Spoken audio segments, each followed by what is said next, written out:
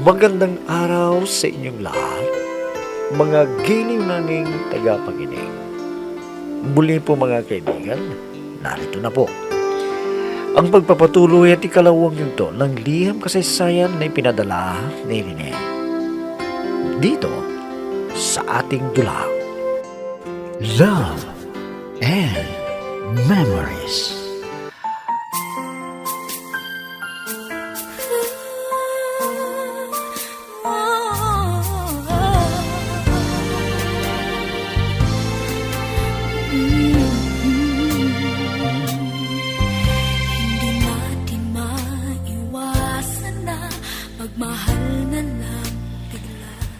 Nagilala ko si Carmina doon sa bayan na nagtatrapik ako. Dahil nagpark siya sa lugar na bawal. Huwag ko sana siya pero nakiusap. Kaya isinama niya ako sa bahay nila para magmerienda. At nagkataon naman na lang doon ang kanyang ina. At ipinakilala niya ako sa kanya. At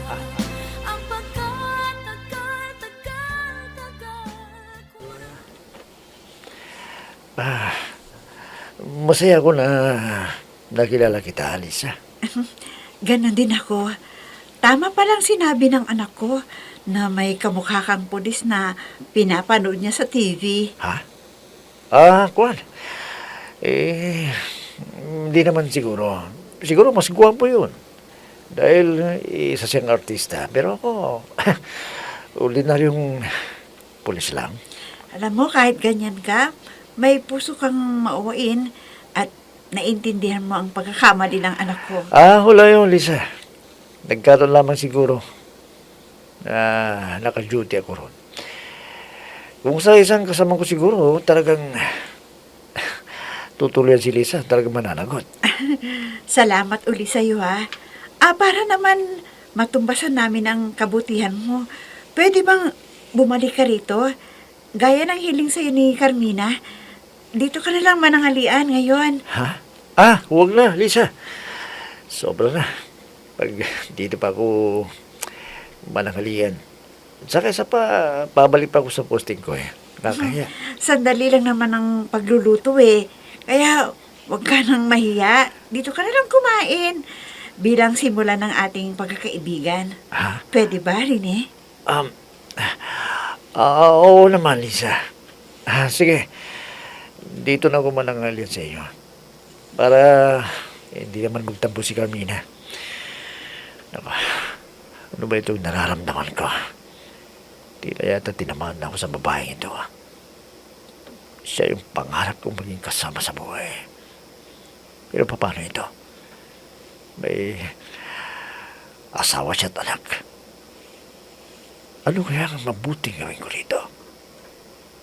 Ano nga? Minsan ng isang simpleng ngiti ay mayroong dala, isang tapat na hangarin at pangakong dakila. Hindi man ito pinapansin, minsa'y Ano, Mami?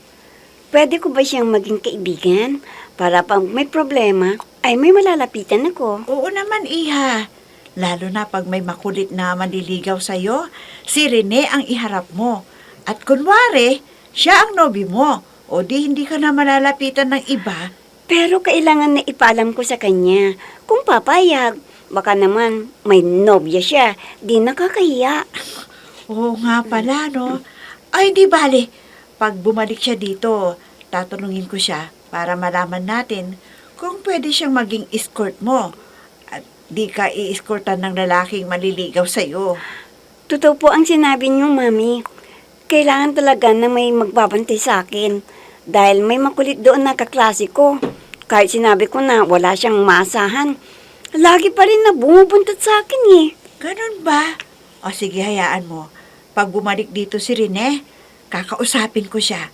At hihilingin ko sa kanya na paminsan-minsan, kung wala siyang duty, puntahan kanya sa universidad.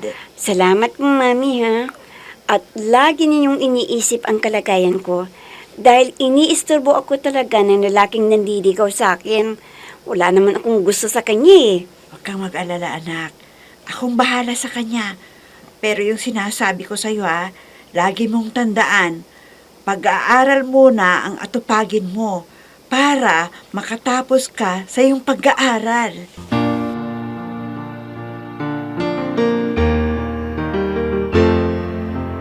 I'm so blessed I have you, 'cause you gave the world to me. You're my inspiration, the perfect one in my life forever. You make my life complete. Mas mabuti siguro kung kakausapin ko si Rene. Baka kulitin na naman si Carmina ng manliligaw niya. Sa bagay, gusto ko rin na makita si Rene. Macho at gwapo. Naakit nga ako sa kanyang itsura eh. Pero hindi naman pwede dahil may asawa at anak na ako. Pero sa palagay ko, may gusto rin sa akin ang lalaking yun. Paano naman kasi panay ang tingin sa akin? Asan kaya siya ngayon? Lisa? Buti naman at nakita kita. Saan ka ba pupunta? Ha? Kwan, sa mall. May bibilhin sana ako eh. Ikaw, mag-duty ka na ba? Hindi pa naman. Teka, hindi ka ba nagmamadali? Pwede ba tayong mag-usap sandali? Oo naman rin eh. Yun sana ang sasabihin ko sa'yo eh. Naunahan mo lang ako. May ipapakausap ako sa'yo eh. Ha? Ano ba yun? Kung makakatulong ako, di... Bakit hindi? Kwan kasi rin eh. Ayon sa anak ko, may makulit daw na naliligaw sa kanya at hindi niya gusto ang lalaking yon. Kaya, pwede bang pasyalan mo doon sa universidad? Baka matsyempuhan mo ang makulit na yon at ganito ang gagawin mo para matakot ang lalaking yun.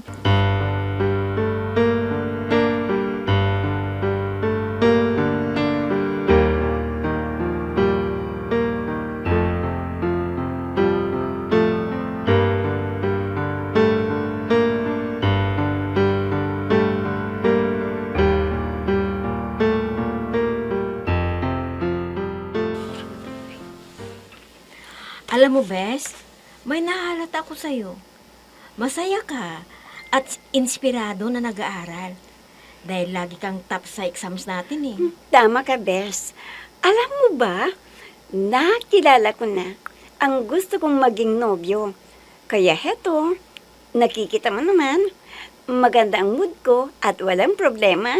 Totoo ba yan? Paano naman kung magpakita sa'yo si Maxi? Sigurado na maging malungkot ka na naman. Hindi. Dahil kakausapin ko si Rene. Isang pulis. Di matatakot si Maxi kung malalaman niya na pulis ang nobyo ko. Ha? Maniwala ba naman si Maxi?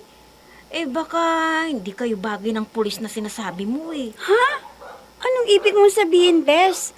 Bakit hindi kami bagay? Parang hindi magkalayo ang edad namin? Ganun ba? Akala ko ang edad niya ay 30 na at ikaw ay 18 pa lang. Di halos kuya mo na siya. Alam mo, Bes, sa pag-ibig, hindi na pinag-uusapan ang edad. Basta na in love sa isa't isa, ay pwede. Kahit malayo ang edad namin. Ikaw ang bahala, Bes. Pero mag-ingat ka ha. Baka may nobya na o kaya asawa. Guguluhin ka pa. O di, mapapahiya ka pa.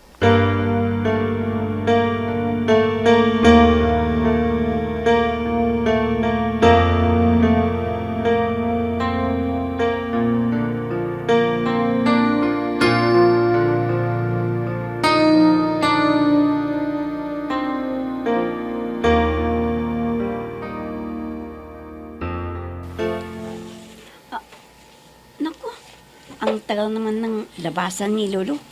Kailangan na maaga ako makauwi para hindi na ako makausap ng makulit na si Maxi. Ay, Carmi. Ah, Mabuti naman at nandito ka pa. O di ba wala ka ng klase? Halika, ihatid na kita. Wag na, Maxi. Hinihintay ko pa yung matalik kong kaibigan para sabay kaming uuwi. Ayan mo na siya. Alam naman niyang umuwing mag-isa Kaysa maiinip ka pang maghintay dito. Halika na, magmerienda muna tayo. Salamat, Maxi. At katatapos ko lang magmerienda. Iba na lang ang isama mo para may kausap ka. Hindi pwede, Carmina. Alam mo naman na ikaw lang ang gusto kong makasama Lalo na sa pagmimerienda. Pagbigyan mo na ako. Pwede ba? Paano kita pagbibigyan? Tapos na akong nagmerienda, sabi ko sa'yo Kaya wag mo nang ipilit ang gusto mo. Teka, bukas na lang. Sana hintayin mo ako sa oras ng 3:00 ng hapon. Pakiusap naman, Carmina. Kahit minsan makasama naman kita. Para magawa ko ang gusto ko sa'yo. At hindi ka na makakaiwas sa akin. Kung lalagyan ko ng pampaturog ng iinumin mong soft drinks. At tiyak magiging akin ka. Oh, ano bang iniisip mo dyan? Natahimik ka na. At sa sinasabi mo na bukas, ay hindi pwede. Dahil susunduin ako ng mami ko at may pupuntahan kami.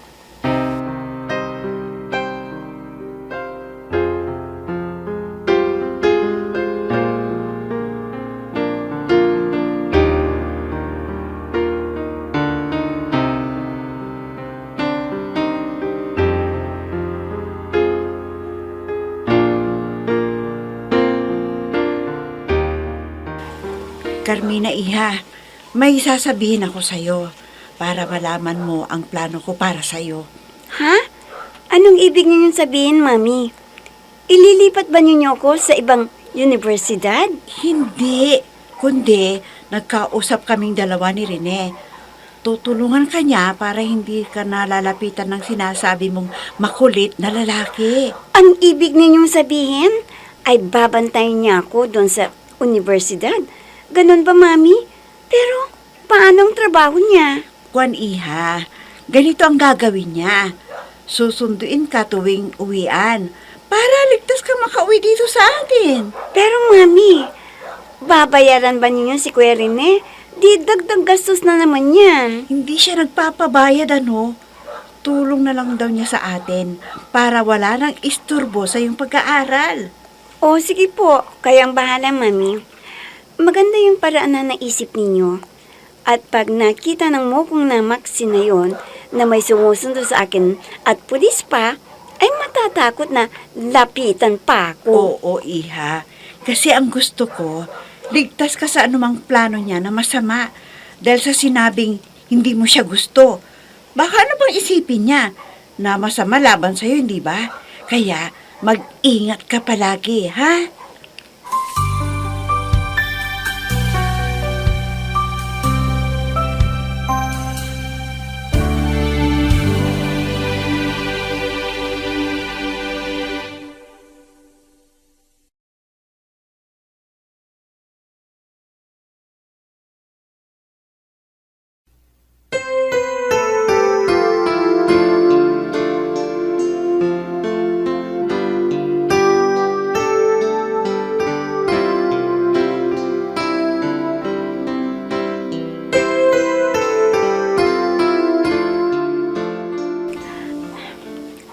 Naku, Bes, parang masaya ka ngayon Ano bang meron?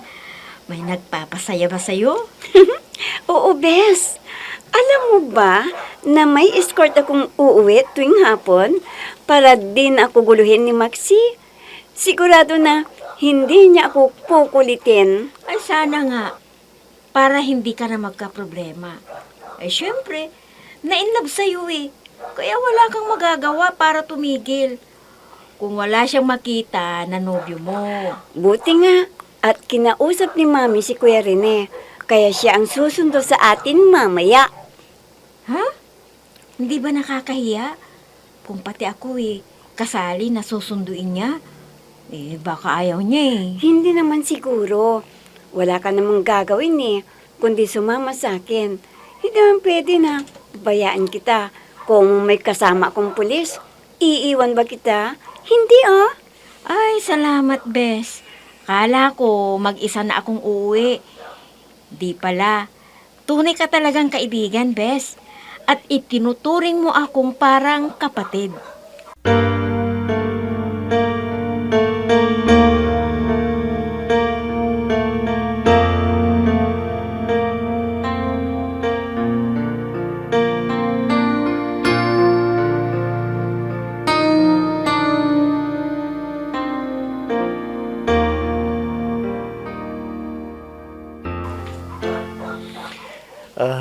Mabuti naman.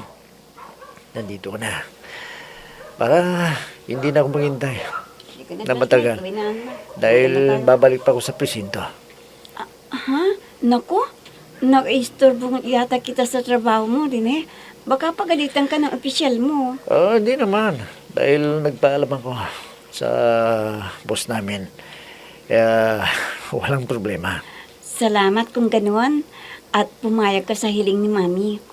Sana hindi ka magsawa na sunduin kami ng kaibigan ko na si Lulu. Oo naman.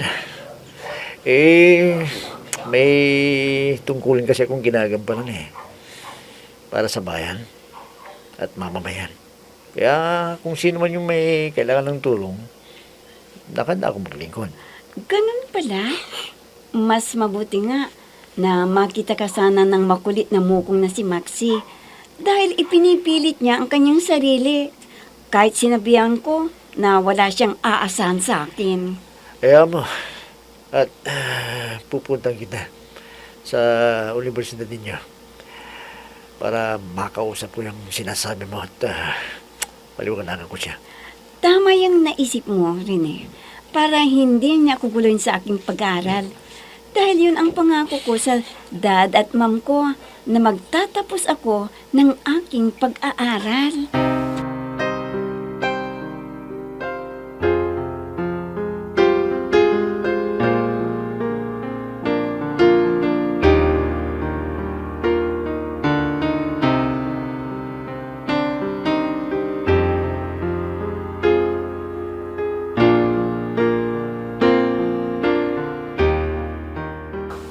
Oh, Carmina, iha. Saan ka ba pupunta? Gabi na, gagala ka pa. Kwan po, Mami. Inimbitahan ako ng Kuya Rene na dadalo doon sa despedida ng kaibigan nitong pulis na mag-a-abroad. Ha? Aalis ka pala, di wala akong kasama dito sa bahay. Kung ganun, sasama ako. Oh, sige po, Mami.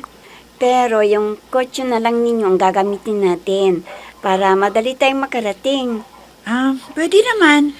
Kaya lang, hintayin niyo ako Maliligo lang ako sandali. Sabihin mo kay Rene na sasama ako, ha? Opo, Mami. Naku, istorbo naman si Mami. Sana masulo ko na si Kuya Rene. Pero sumabit pa si Mami. Bahala na. Oh, ano bang iniisip mo dyan? Ayaw mo ba na sasama ko sa inyo ni Rene? Para malibang naman ako, iha. Sige po, Mami. Sumama kayo. May naalala lang po ako. Sige na. Maligo na kayo. Baka darating na si Kuya Rene. Minsan ng isang simpleng ngiti ay mayroong dala. Isang tapat na hangarin at pangakong dakila. Hindi man ito pinapansin, minsa'y Ang dami na niya naala ka. Nalasing siya. Hindi yata sanay sa pag-inom Pero nagpumilit kasi siya Kaya ayan, naparami. Mabutit hindi uminom si Carmina nung sinaway ko siya.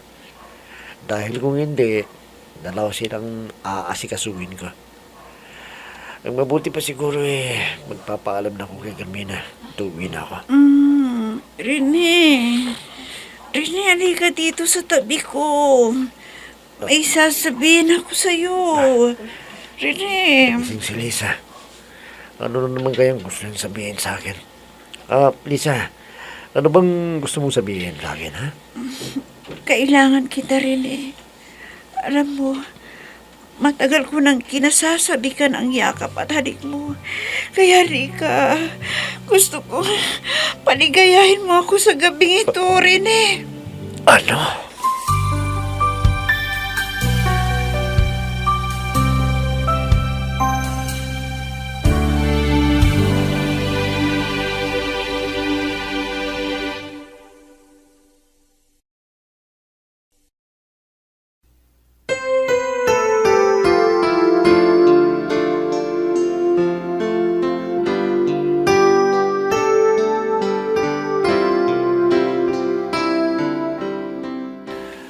Papatulan kaya ni Rene si Lisa na mami ni Carmina?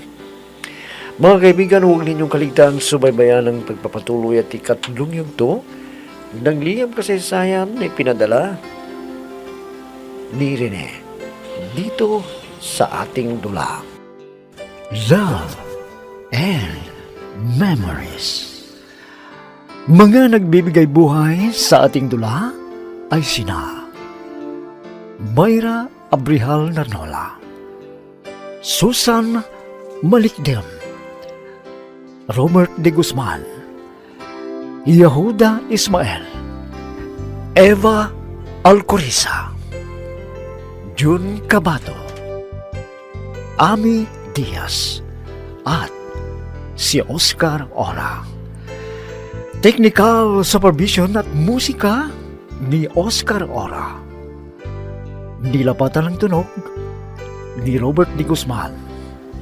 Mula sa panulat at direksyon ni Ami Diaz. Love and Memories. Inihahandog sa inyo ng F3 Recording Studio para sa Pambansang Radyo ng Pilipinas, Bombo Radio, Philippines.